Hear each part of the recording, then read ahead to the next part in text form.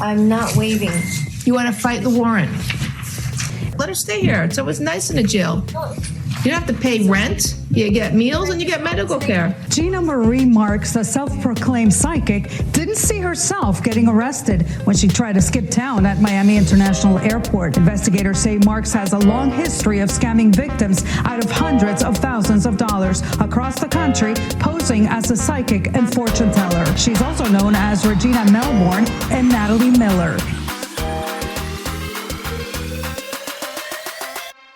So that's Gina. Yep. Well, Starfish, I have a great prediction for today's show. I predict that it's going to be awesome. So let's get into it. I'm excited. Yeah. So this is the Gina Marks story. Gina Marks is a psychic. She's a self-proclaimed psychic that basically duped people out of, well, in this case, $340,000 from about 5 clients, but it's said to be anywhere into the millions with her. So, jeez. So we're going to get right into this one. So I'm going to start with Miss Marks's background. She is Romani. This started in Florida. So this is a Florida story. You know how I love that state. They're always gotta love it. Florida or Texas. I know, right? Like every single time. I don't know why those states just have all the fraud. I don't know. Maybe Vegas too. I don't know. But anyway, she basically grew up in her culture, which is like Romani people. So that's a nice way of saying gypsies, basically. So, you know, because I thought all them, you know, like they died out at some point in the 1800s. I don't know. But like, I guess they're still around. Yeah. In pretty alive and kicking. So, but anyway, so she's a gypsy. She's a mother of 3. Her family was actually involved in a lot of psychic fraud. Her mom was in trouble in the 90s. Oh, it's family business. Oh, yeah. I mean, I've noticed that as a pattern as well, you know, with all of our crazy fraud stories here, that, you know, there's always some sort of like family ties or it just kind of runs in the family or something, I guess, to be you see what a fraudster. You know, you see what you see, what they're doing that. It makes sense. Yeah. Oh, they're successful in doing it. Except for jail time. I don't know, but. Right. Yeah. So she lived a lavish lifestyle, of course. And it is said to be that she's profited into like the millions with all of her victims. Now, her victims, unfortunately, are really hard to find because like a lot of them are so embarrassed by this. Right. You know, I mean, just because like we're talking like, you know, these aren't just your average Joes that just get duped off the street. This isn't like Joe the plumber or Bob the electrician. You know, these are like, you know, people that have doctorates, engineers, nurses. These are just like everybody, but like even, you know, people are always out there looking for answers, right? Yeah. I mean, I've called a psychic. I have too. I don't do it regularly, but right. You know, I know people who claim to be psychics. Right. It's not like, I mean, I think for the most part, we all know it's for fun. It's just to help you feel a little bit better. It's like a coach. It's like a mentor coach. I don't know, not a mentor, but maybe just like makes you feel better. I don't know, like reading a horoscope. Yeah, like, and some of them, it just feels like a therapy session, quite honestly, you know. I don't like to put the negative spin on that because I do think, you know, that there are people out there that, you know, some of them are fairly legitimate and, you know, they're not out there to like screw people over. Yeah. Or anything like that. They make it clear it's about. Yes. I have a little bit too about the sorts of laws that they can put into place to make it a little more safe, you know, kind of like, like prostitution, you know. Right. Oh, yeah. Right. Yeah. So, you know, these people are just, you know, they're just trying. There are some people out there that are really legitimately trying to help people with their life. Yeah. And I commend them. But there's also a lot of fraudsters, unfortunately, that are kind of like Gina Marks that are just in it to the scam people. So we're going to get into some of that and how you can kind of spot some of those. Yeah. Because what I like about this story is it talks about how she kind of did some of the things that she did. Right. What'd she So do? I'm They're going to go magic powers. I just don't understand. Oh, it. yes. God. Total magic powers that they have, apparently. And Yeah. so I'm going to go over her rap sheet first. Okay. So this started in 2007. She was finally busted by a detective named Bob Nygaard, who is a former NYPD drug investigator. He used to work in the Bronx, and he retired and moved to Florida, and that's how he kind of ran into the whole Gina Marks thing. Out of boredom, he opened up his own detective agency, and then he was the first to get her convicted of a crime, because it is hard to get them convicted of a crime, because it's not a crime to get your fortune told. Right. You know. Oh, I could listen to Bob all day. Bob Nygaard. Oh, yes. I love Bob. Yes. I have mad respect for him. One of NYPD's finest, I'm sure. So, and a great detective, too. This reminds me of the Anna Sorokin thing, how, Rachel gave her money. And it's the same thing with these psychics. If you give people your money, they don't think it's a crime. Well, you gave it to them, Right. Yeah, exactly. So these are just such hard cases to prove in court, and they're hard to deal with, on the prosecutor side because of all that. But anyway, so he was able to do his due diligence. And when you're a private detective like that, you don't have a jurisdiction. So you don't have all the red tape where you can't go across, state lines to do things. So he has a lot more power in that regard. Yeah. But he also doesn't have a lot of backing either. So he has to rely on a lot of his, his Rolodex that I'm sure he has of people in the different areas. Because, he has to chase these people all over the U.S. Right. Because they move all over the place. Yeah. So because the local jurisdictions don't record the data. And that's been happening for centuries, that people just move around and they can keep committing the crimes because they don't track it. So it's infuriating. Yeah, totally. So it's like these poor people get duped out, and then they can't go to the cops because they gave these people all their cash, which is, again, why you don't use cash for things. Like we've talked about that. So there's no way to track anything. There's no receipts. There's no credit card. If you're just giving people cash, you might as well just flush it down the toilet. Yeah. At that point. Yeah, really. So there's nothing they can go on when you do stuff like that. So if people are listening, you can learn. Don't do that. Yeah. So, but anyway, Bob Nygaard busted her in 2007. She pleaded no contest to grand theft charges related to an agreement to cleanse souls for a total of $65,000. So after that, she was put on probation for 18 months and ordered to return the money back to her clients.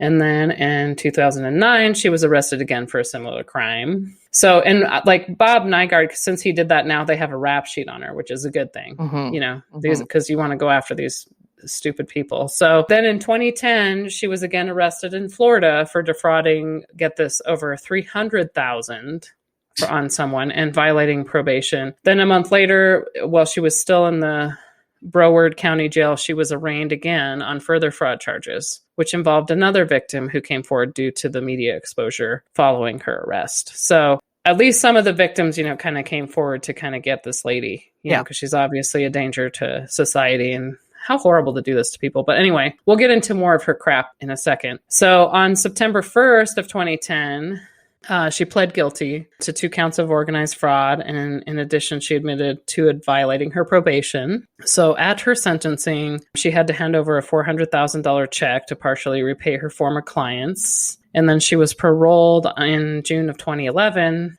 And then she served 9 of her 18-month sentence and was sentenced to probation for 8 years.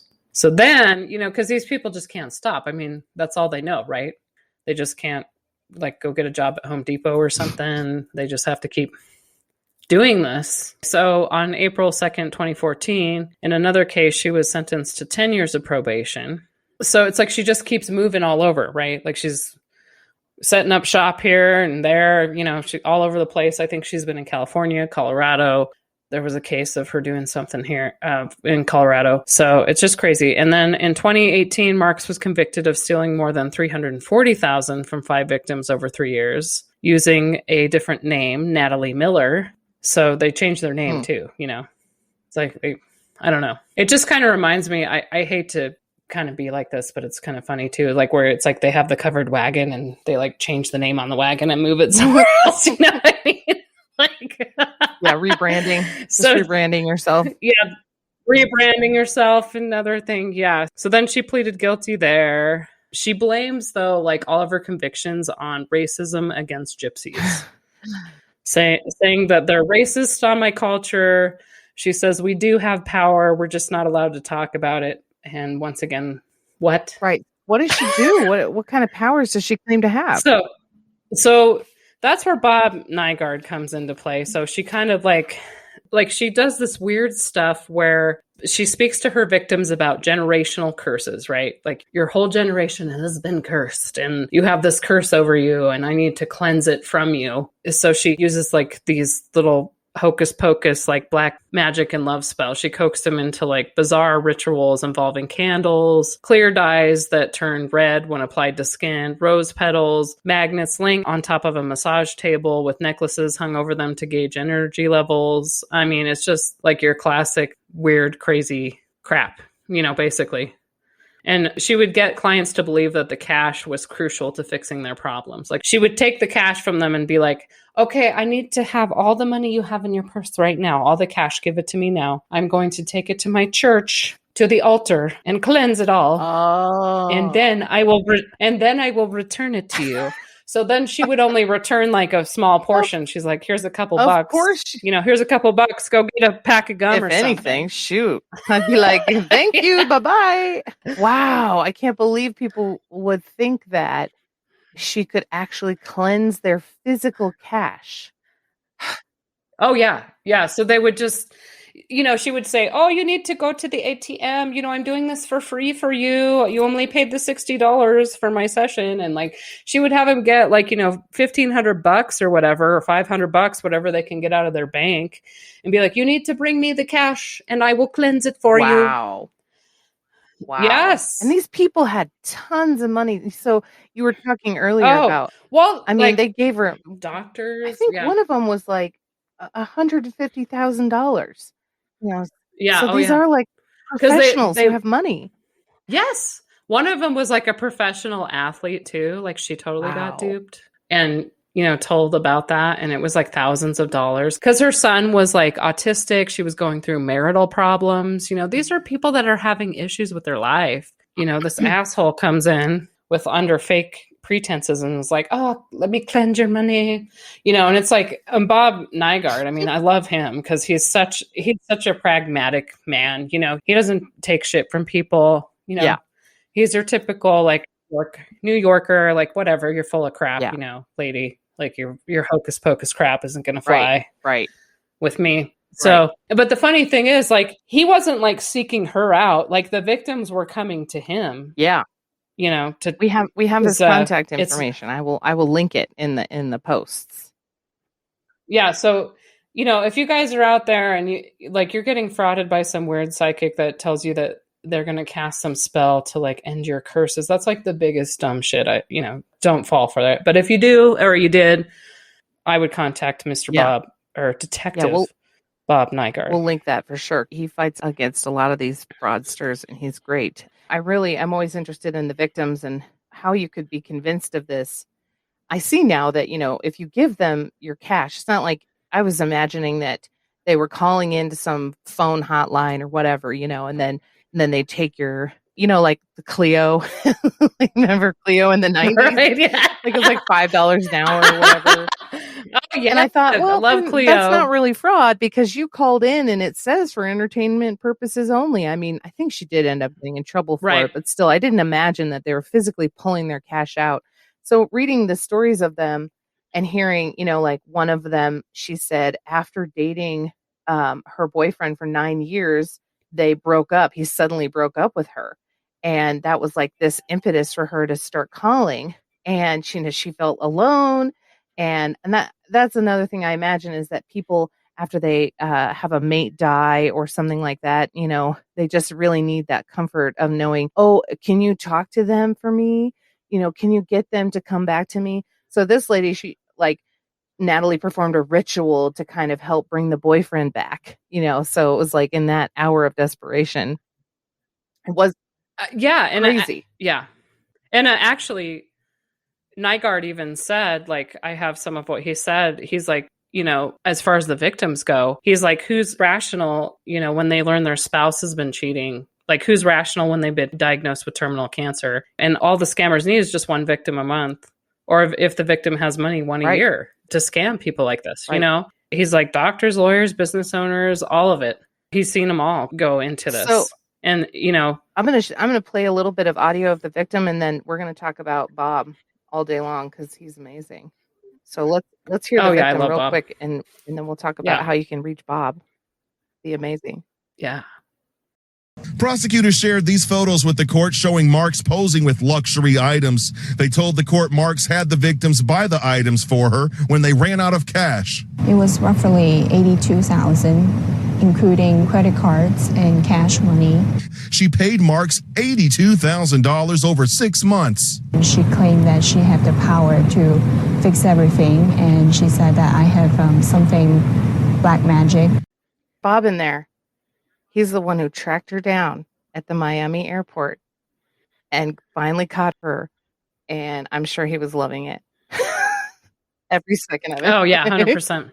Oh, yeah. Be like, I finally got her. I got her. She's right there. Yep. We love you, Bob. So, Bob. Yeah, Bob. Anyway, you talk about Bob. Yeah.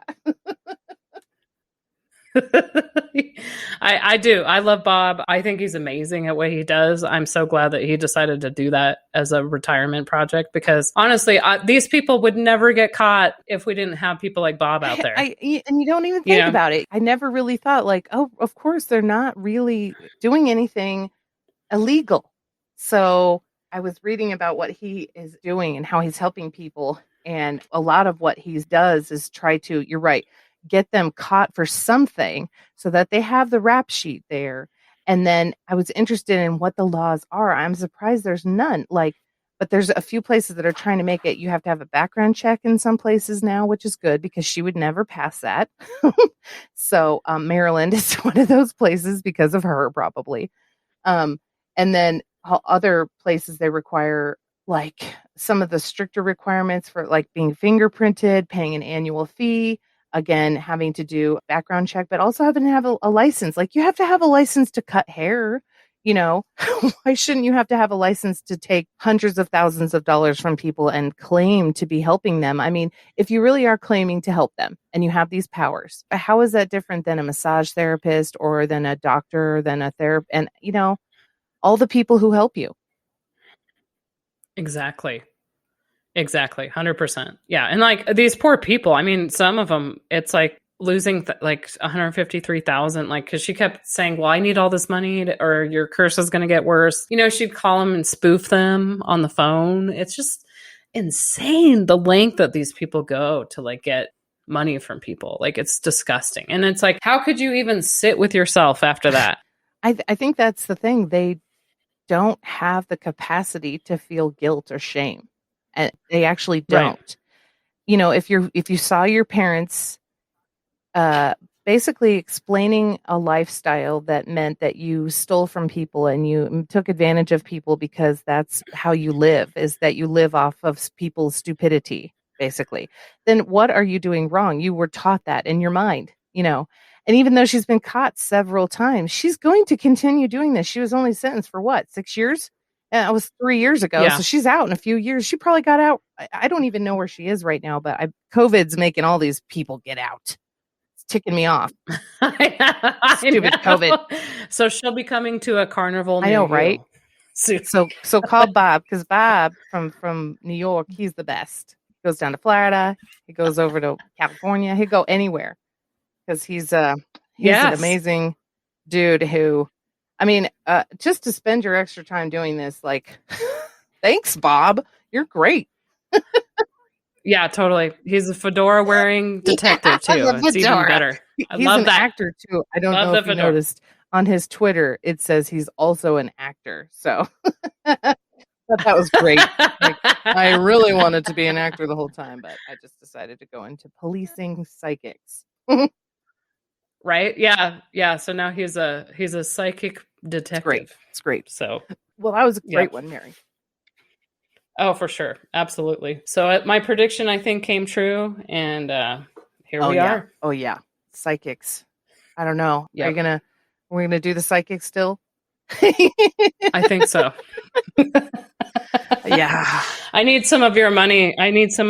Starfish. Oh, are you going to cleanse it for me? I heard this great. Yeah, I'm going to take. I heard this crazy one where this lady gave her money and like there's something with a grapefruit under her bed and then I don't know. I mean, like these people, I'm so crazy that they're willing to just hand over stacks of cash all because of some little parlor trick, there was like an orange and a grapefruit and she put hair in it or something nasty to make it seem like her spirit had gone through the orange. Yeah. I don't know. Anyway. Yeah, it goes so much further. And honestly, I know this is going to sound kind of crazy, but like if I was doing this to people, I would kind of want a video of them like doing the crazy shit I tell. Yeah, right. Let's have Punked start doing episodes of people like, oh, you've been punked for 80 grand. Right. I'd like to see my reaction to it because I would be like, what were you thinking? Right. Well, anyway, again, great one. Great episode. Yeah. Looking forward to digging 100%. Into more psychics someday. Oh, yeah. Thanks, everyone, for listening to Real Talk. Don't forget to subscribe to our podcast wherever you listen. We look forward to having you on our next one.